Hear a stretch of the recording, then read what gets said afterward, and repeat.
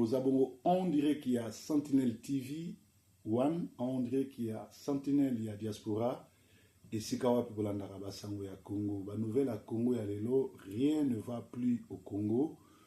Kabila Linga Sala Likambo Mobutu Alobaki, après moi ça sera le déluge. Kabila a yebi kefwa kende, azo sala ba stratégie nyo surtout ya terre brûlée, ya kotia moto, ya koboma, ya kozikisa, ya kopanza, po ete après ye mutumoko akokako diriger te. Et donc on y comme biso lelo, ba biso depuis 5 heures du matin na Kolwezi, ba ndaku ba magasin ezozika, to yebite nani azoziksango.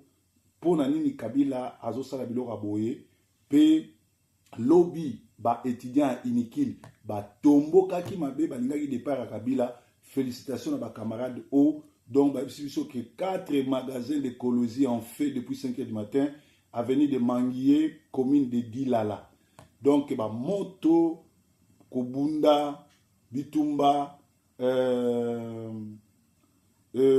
Mawaturo, donc Makambozo le Kakuna ezali pasi natanga sous ba parce que biso to ba information sur Obatwatinde biso pe tozo pesa bino pona ko update bino makamnini ya ko lekado chaque jour ezala sango mokuse mefuboye ba makamnini zo le kanamboka na bino po ezala bien tomoni na Togo opposition et telemi libanda lokola motomoko po eyadema alongwa tozo senga pe na opposition à Congo batele mabango nyonso libanda en tout cas tobenga la Kabila et vous alamayamu balobi susu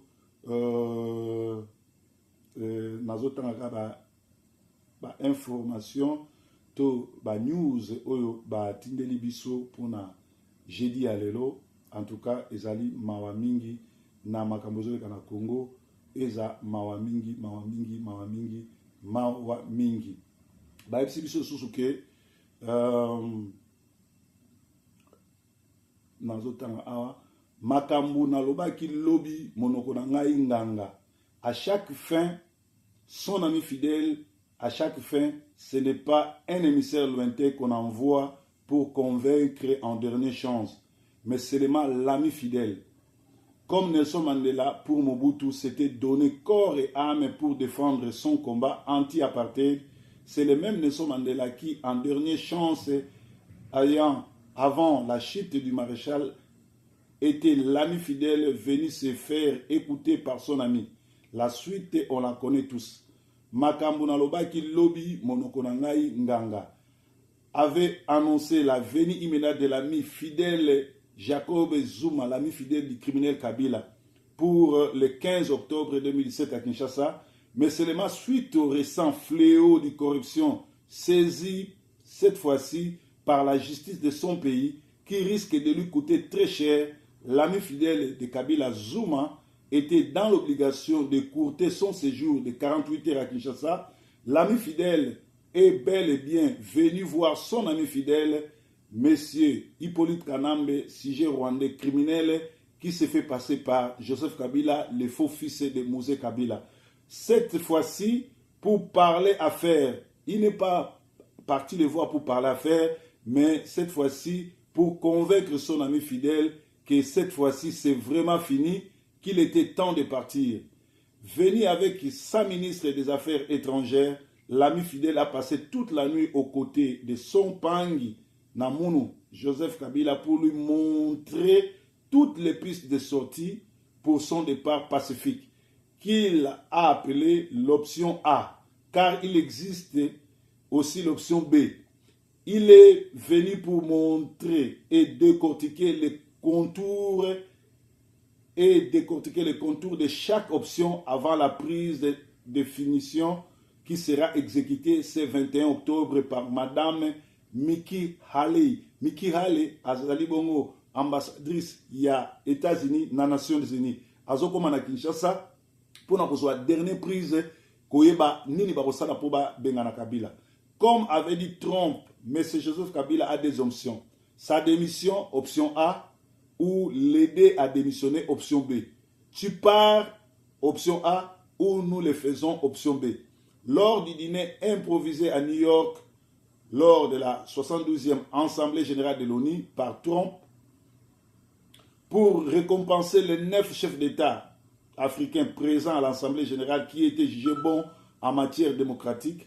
Alpha Condé, Alassane Ouattara, Macky Sall, Jacob Zuma envers qui Trump avait demandé leur pleine coopération en vue de mettre fin au conflit en Afrique, précisément en Afrique centrale, en vue de permettre la relance du costaud projet commercial entre les États-Unis et l'Afrique, en vue de regarder du terrain à la Chine, en vue de regagner du terrain où la Chine est partout en Afrique et où ils gagnent et ils vendent ces trucs mal construits ou ces trucs bidons. Alors, les chefs d'État africains, après avoir entendu Trump, s'étaient concertés et avaient trouvé l'obligation d'aider leurs collègues et frères Joseph Kabila à quitter le pouvoir dans un bref délai. De là sortira l'aide des trios, c'est-à-dire Alpha Condé, le président zambien, absent de cette réunion, et Jacob Zuma, comme les trios facilitateurs qui aideraient Joseph Kabila à partir dans la paix. C'est cette option qui constitue l'option A. Donc c'était ça qui constitue l'option A. L'option A. C'est qui constitue l'option A. C'est-à-dire les chefs d'État africains les font partie. Quant à l'option B, c'est-à-dire la main directe des États-Unis les fait partie, mais sauf que brutalement. Ce qui a consisté à la mission de Zuma à Kinshasa. Zuma présentait toutes les options à son ami fidèle en lui disant clairement que les élections ne pourront pas, certes pas être organisées cette année, ni l'année prochaine, vu les contraintes des dégâts et du chaos que tu connais toi-même, Kabila, que toi-même tu as organisé. D'où il faudra d'abord relever le pays avant de passer aux élections, mais que malheureusement, son ami fidèle ne peut pas diriger cette transition et diriger ces élections. Mon cher ami, tu as tout le temps nécessaire pour t'en sortir. Mais là, nous avons l'obligation, les mains liées et l'unité pour t'aider encore. Écoutez la voix de la raison, démissionne avant la fin de ce mois et nous, à travers la réunion de ce 19 octobre à Brazzaville, on mettra tout en œuvre pour lancer les mécanismes de celui qui va te succéder et organiser les élections. Et on statuera de ton cas en douceur. J'y veillerai personnellement, Dixie Zuma à son ami fidèle. Joseph Kabila abattu dans son fort, bouleversé par la suite et dominé par son ego, n'a cependant pas trouvé grand-chose à dire à ça. Mais à un moment, n'a voulu plus rien entendre de son ami fidèle et l'a demandé au milieu de la conversation de ne plus rien lui dire de plus, qu'il avait déjà tout compris. À la suite, s'est achevé en queue de poisson. Partira-t-il? Il n'a rien garanti jusque-là. Donc, suite à cette réunion du 19 octobre à Brazzaville. Donc, réunion moko ya monene ezo salama le 19 octobre à Brazzaville, c'est-à-dire le 19 octobre lelo. Et si Kawapi Zuma ake koyebisa Kabila akende na lombango parce que les Américains ont essayé deux plans, plan liboso et ali ou akende na malembe ou bango ba faire kokende seye. Plan mibale et ali ou ye président africain ba aider na malembe ou bango ba kolongole na makasi. Yango moni Zuma akende ki koyebisa ye qu'il faut kende tout ça sous na moyen ko patela ote mais asilika ki apese le côté peli susu le 21 oyo madame oyo babengi na kombo ya Nikki Haley azali bongo ambassadrice ya États-Unis na Nations Unies na ONU azoya po na ko serrer ceinture boyebi bien ki ata Mobutu avant que Richardson ayaki koyebisa ye ata Kabila pe avant que Richardson ayaki koyebisa ye Kabila le père le vrai Kabila donc ne tozo baboy Kabila biliaki bikoki mais et c'est que boyeba que les complots internationaux biso tokoki ko landa ba américain te parce que ba américain de ba organisa makambo no so sama na Congo bango ba tinda bongo mutu na kombo ya Paul Kagame po na koya ko massacrer pe ko balkaniser Congo mais ba kokite po ba mai ba telema yo congolais telema mwana diaspora telema to sangana loboke moko lokola Mobutu lobaki na lingisa yi liboke moko tatabo moko mamabo moko ekolobo moko bien que baluba bazoluka kokabola biso na nani na bango na tribalisme na bango, mais biso to tikala bomoko bien que honorer Mwanda andai pe ko kabola biso na tribalisme ya komema aliba mais bana Congo basangani ensemble, bien que ne mwana nseme alingi ko ya ko kabola ba Congo na ba reste ya Congo ba Congolais balobi nyeti to tikala moko ndenge Mobutu atikela biso mutako kabola biso azati. Donc biliaki Kabila bikoki réunion monene zo sala lelo na Brazzaville, espérons que ekoleka malamu pour Kabila qui na kimia guerre ezate de l'autre côté, entre-temps de l'autre côté et il rasope babimisi nanga na Kabila abomba Peugeot 504 oyo basombi pona komema bango na décembre, c'est-à-dire que rasope balobi nanga na Kabila Peugeot 504, c'est-à-dire 504 jours au bango bakseli Kabila et comme Peugeot 504 oyo et comme bango pour na kokima soit na ngambo ya Brazza soit na nzela kingakati to éviter et kosukela bango ndenge nini. Donc basango tout ça nango ya lelo yango wana o to ebisino ke à part wana babi Kinshasa entretient le terrorisme mondial selon l'ONG de Georges Gloney. Donc Kinshasa ezo entretenir terrorisme bakoti si ba terroriste bakoti si batu oyo ba mandefu milai na mboka Congo po basala mabe, mais mboka eza Congo, mboka eza Zaïre, mboka eza Yesu, mboka eza Nzambe, apesa wana héritage na ba Congolais, apesa ngo na ba Rwandais te, apesa ngo pe na ba Ugandais te, to na ba Américains te. Donc Nzambe azobundela biso to za na bomoko to boya biloba loba e kozala bongo malamu mingi po na biso ba Congolais.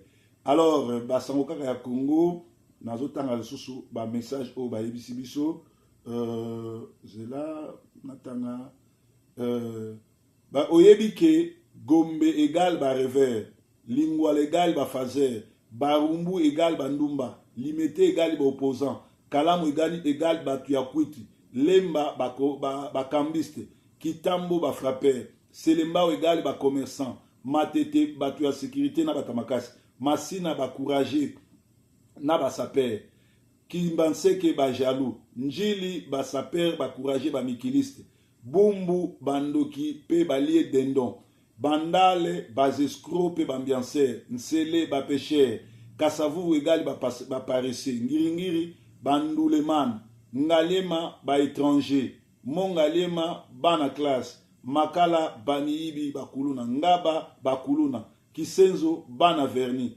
Oyo ezali maloba oyo batindelinga na tangi yango na PC parce que na basama mokuse tozaka na côté humour, tozaka na côté information, tozaka pe na côté ya ba information pe ba marketing. Alors na marketing na Manchester Bokeba ezana deux garçons moko komone Jeff azalaka bongo très sale, azalaka mal propre, mususu komone mbala musana bango soki bozo load conteneur to bozali bongo ko charger conteneur bango baza ba spare bakoza na kindokite bayaka ko panza ba paraprise ko bebisa bakar na bino ko tia ba désordre ko sambwisa bino pe ko loka conteneur wana puisque soki boko ka koteka te pe biloko na bino etula biso ba oyo to salaka ba conteneur to za ba victime ba car nyonso to ba tia ba charger ba panza ba paraprise to ba nyefulaka ngo pokuna ekita prix.